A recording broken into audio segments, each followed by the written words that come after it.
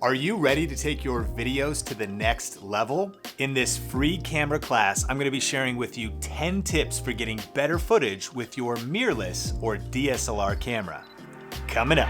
You gotta just press record. Sean Cannell here with Think Media, bringing you the best tips for leveling up your videos. Today I'm gonna be shooting with the Canon EOS R, a full frame mirrorless camera that's great for creators that want to level up to a more advanced camera. But the tips in this video actually will apply to any DSLR or mirrorless camera that you have. So stick around because you're gonna learn a lot. And shout out to Canon for sponsoring this video and making it possible. Now, before getting into these tips, I want to pass the question off to you and say, what camera are you shooting with right now? Let me know in the comments. And also, take advantage of show notes in the description down below and time codes, aka chapters that we've added. So if at any point you get lost in the content, you can just rewind or select the area you want to watch. Tip number one is you're going to want to select your shooting mode. For most people just starting out, you're going to be shooting video in auto, but your goal, if you really want better video quality,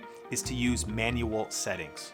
Second, you're going to want to select the frame rate. Now, this is a huge mistake people make, is they don't think about this ahead of time before they start shooting video. Your standard options are 24 frames a second, 30, 60, and some cameras go to 120 or higher for slow motion. If you're wondering which one you should choose, 24 frames a second will give you that film look, and a lot of YouTube creators and video creators love that look. 30 frames is kind of just a universal standard, and 60 frames a second is actually what a lot of gamers like to use because it's a higher frame rate, but it's also nice to shoot in 60 frames a second because it gives you slow motion in editing afterwards. So if you're shooting real-time video, you want to select 24 or 30, and if you want to slow down your video, you want to make sure you select at least 60. Now, in addition to frame rate, you also want to select your resolution. In most cases, you're either going to be selecting 1080p or 4K resolution if your camera has it. Most of the footage you're seeing in this video was shot at 1080p, but the camera also has 4K. In fact, right now, you are seeing the 4K footage of this camera. One thing to note is that at 4K, there is a crop in factor, so we're using a little bit of a wider lens to get this shot. And so here's another example of the difference. Right now you're looking at a shot at 1080p, and then I turned on 4K, and now you can see how much it crops in with the factor of 1.7. The third tip is selecting your video compression quality. Now, a lot of times your camera is not going to give you an option for this, but one of the cool things with the EOS R is that it has a choice to do IPB or all I. If you're looking to just do quick vlogs and not trying to do a lot of post-processing in video editing, IPB is great. But if you want the highest quality possible, then select all I.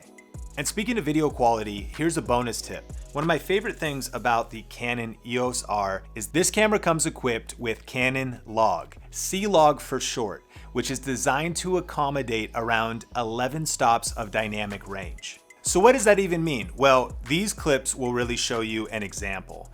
This scene that you're seeing right here is shot with C-Log off, and you can see that the shadows are very dark and the really bright sun area is a little more overexposed. This is the conversation of dynamic range.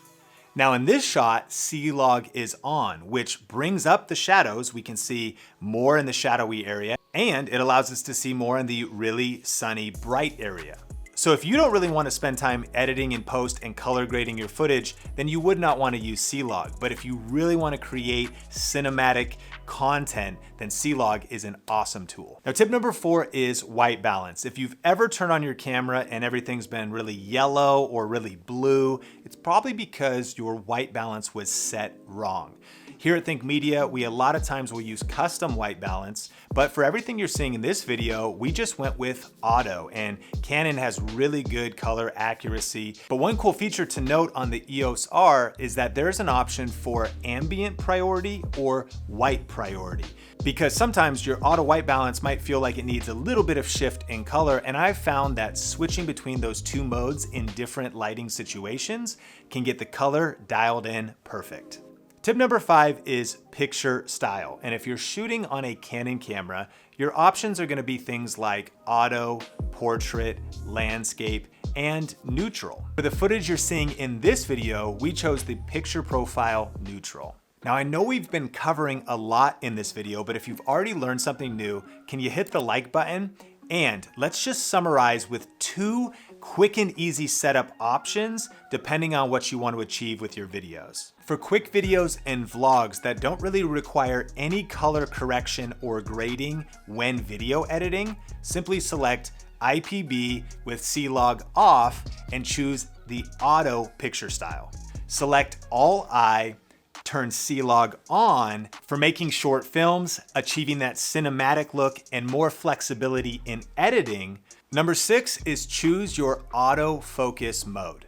In this area, Canon absolutely crushes with what's called dual pixel autofocus. And the EOS R comes equipped with not just face tracking, but eye tracking. Right now, you can see this clip of me walking back and forth in front of the camera, and you can see that the camera does a great job of tracking my face and even tracking my eye. In fact, Canon just released a new firmware update that has taken this autofocus to an even another level. So make sure if you do have this camera to upgrade to the latest firmware. If you're vlogging and going to have a face in the shot or filming somebody and you want the focus to stay on that individual, then face tracking is the best setting.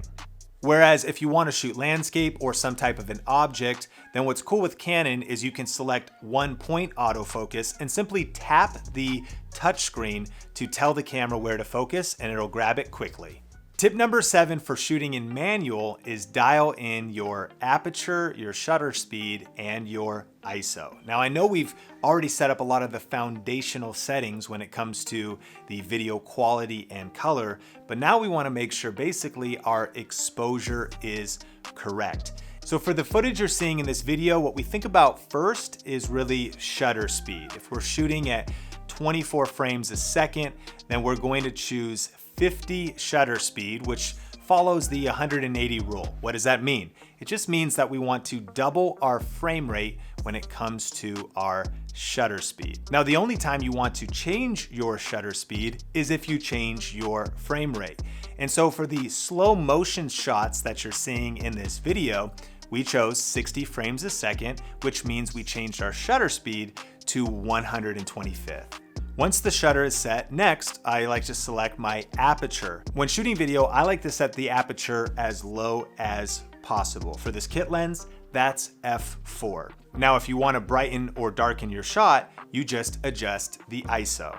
Now, if you've set your ISO to as low as it goes, 100, and your shot is still too bright, at that point, I would raise the aperture up to get the exposure set correctly. And now that we've got all of our settings dialed, we are ready to press record. One of the ways to make your videos more dynamic is to include different styles and different shots. Here's some ideas for the different types of styles and video shots that you can get. One, of course, is the popular vlog style shot, which is really easy to do with this camera because of the vari-angle touch LCD screen.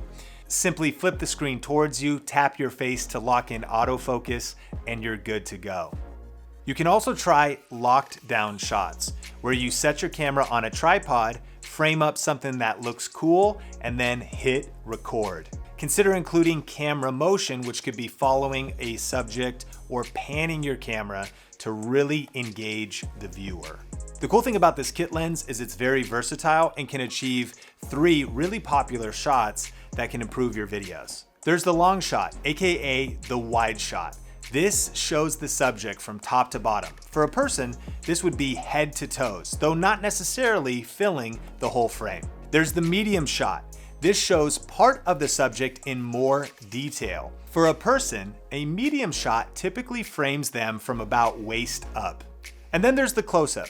This fills the screen with part of the subject, such as a person's head or face. Frame this tightly, the emotions and reactions of the character dominate the scene. The kit lens that I'm using in this video is super cool because the focal length is very versatile.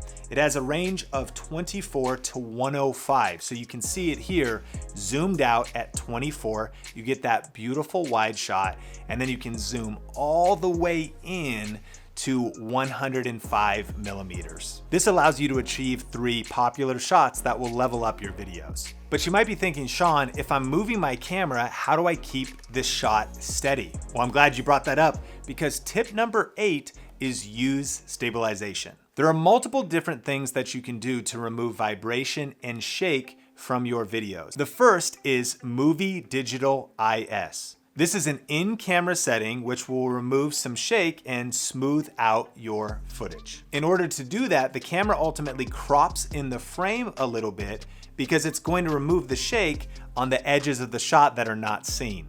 And while image stabilization settings vary between different cameras, this camera comes equipped with 3 levels: off, standard, and enhanced. In this shot, I'm walking and filming with the camera in a vlog style with image stabilization completely turned off.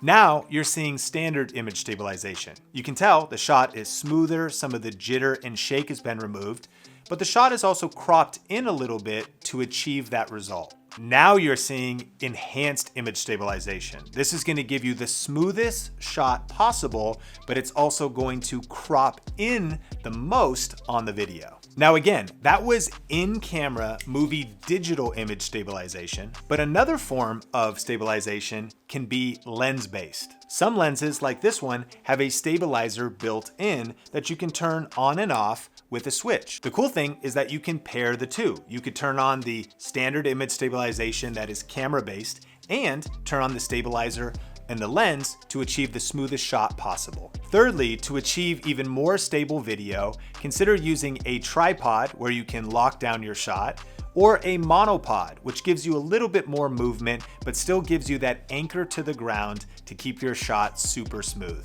And then if you want to achieve maximum movement while maintaining maximum stability, you can consider investing in a gimbal, which allows you to get super cool cinematic shots, which will really level up the production value of your videos. Tip number 9 is dial in your audio. Your options here are to use an on-camera microphone, or if your camera has a microphone input like the EOS R, then you can really level up your audio with either something like a lavalier microphone or a shotgun microphone. Let's cut to a clip. Babe, we came out, we wanted to make a video with Sean Bradley, but in the midst of trying to get some shots, he went on a little sprint.